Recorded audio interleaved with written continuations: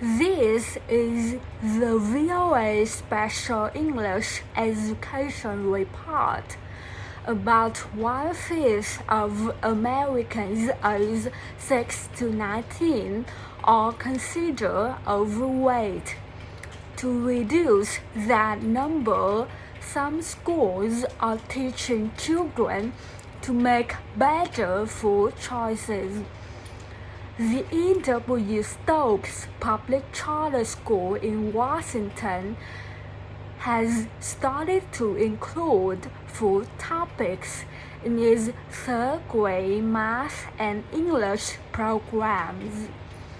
The school formed a partnership with Sibling Projects, an environmental group in San Francisco, California. Peter Nolly is the curriculum director for a program called Farm to Desk. He says they are doing this in part to address the issue of childhood obesity. He says one of the main components of our program is our belief that if kids are exposed to positive and healthy messaging about food throughout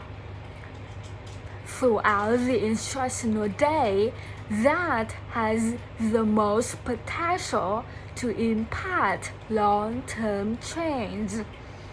Teacher Hannah Tran recently used food examples to teach 8 and 9-year-olds in a math class how to make combinations. For example, they figured out the different combinations that could be made with a pizza and 2 toppings. School chef Makisa Day says the school buys most of its food from local farms, but the school has a garden for the students to grow some of the vegetables themselves. The children, they love it, she says. Teacher Hannah Tran agrees. She says we have a salad bar at the school, and now the kids love the salad bar. They love the fruit and vegetables, so I think it is making a big difference in their lives. She says the third graders have also learned to read the sugar and fat content listed on food packages. She says the E.W. Stokes Public Charter School in Washington plans to expand the Farm to Desk program to other grades next year.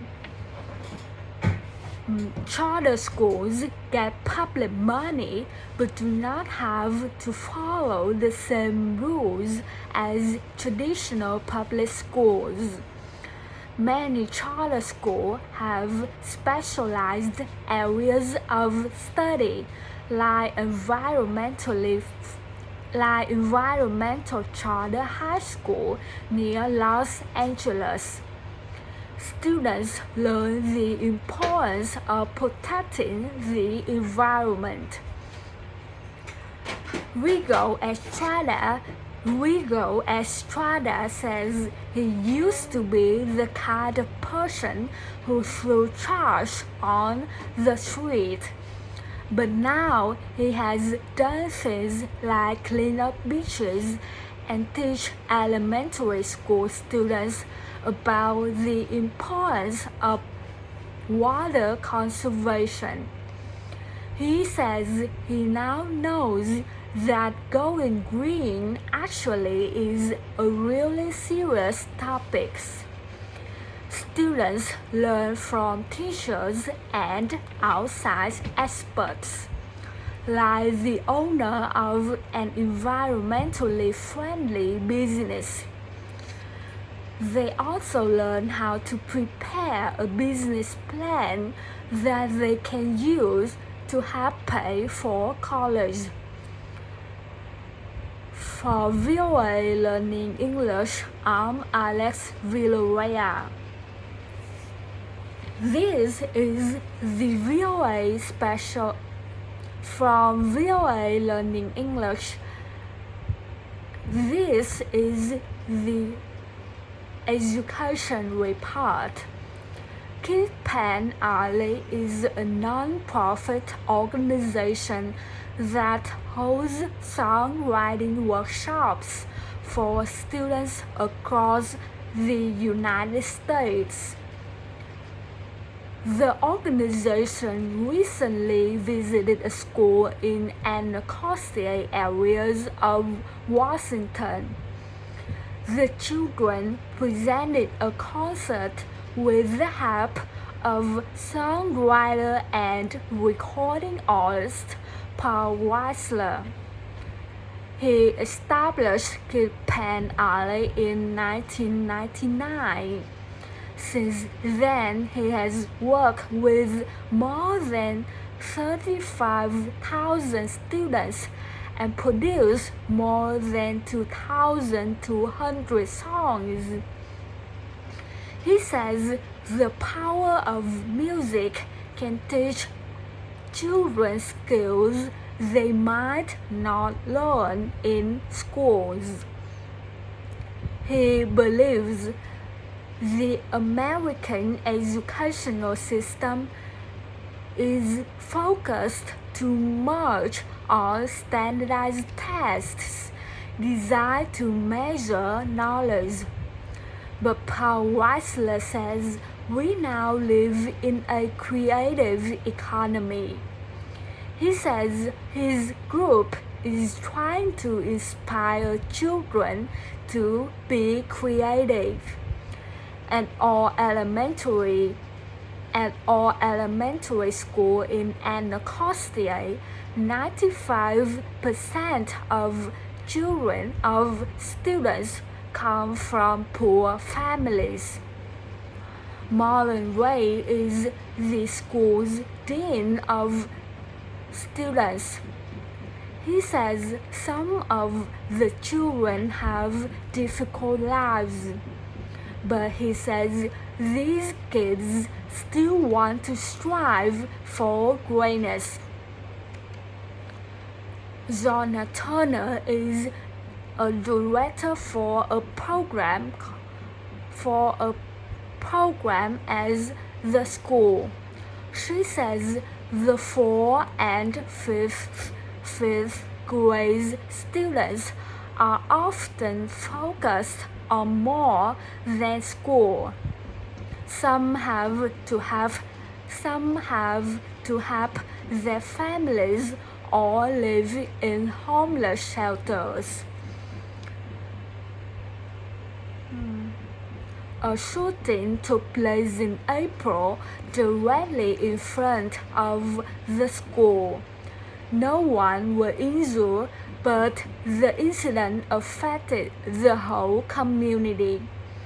Students are often influenced by what happens around them. Still, all elementary have a positive and hopeful atmosphere.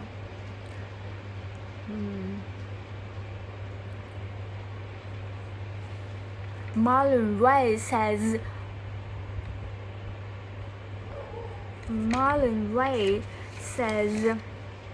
the workshop and concert made possible by Kid Pen Alley created good memories that will last for years.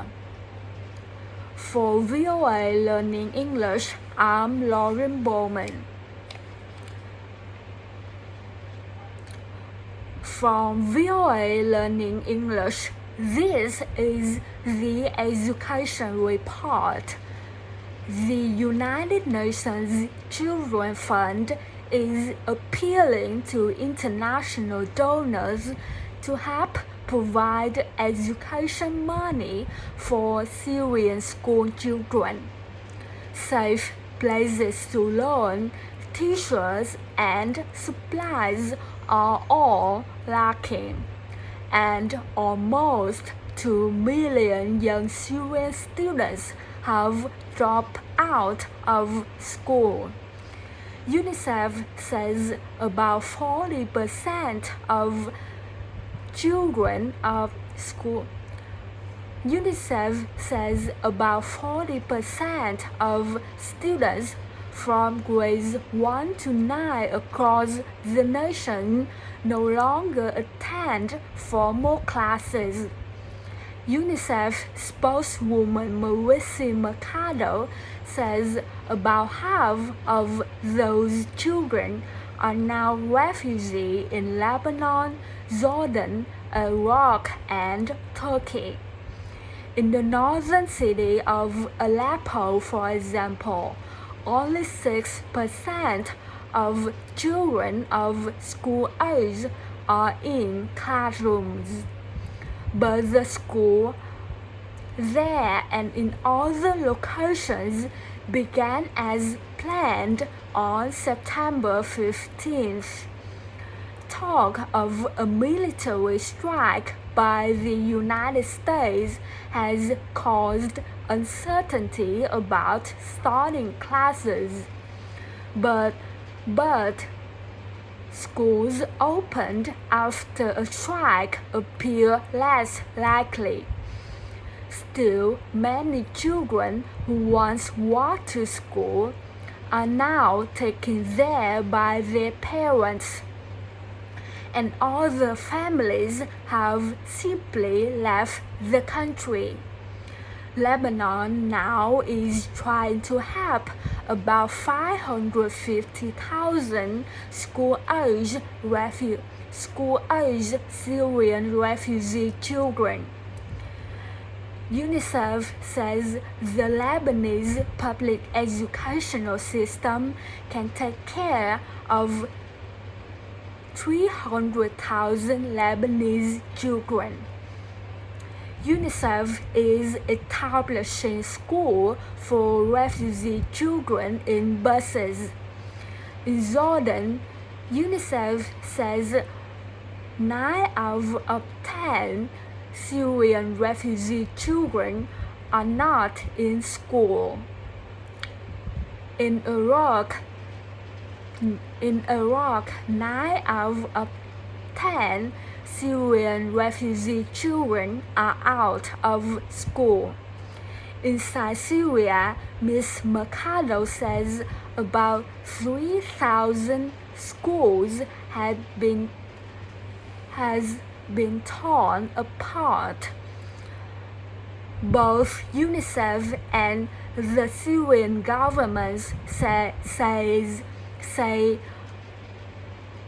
the educational system has been damaged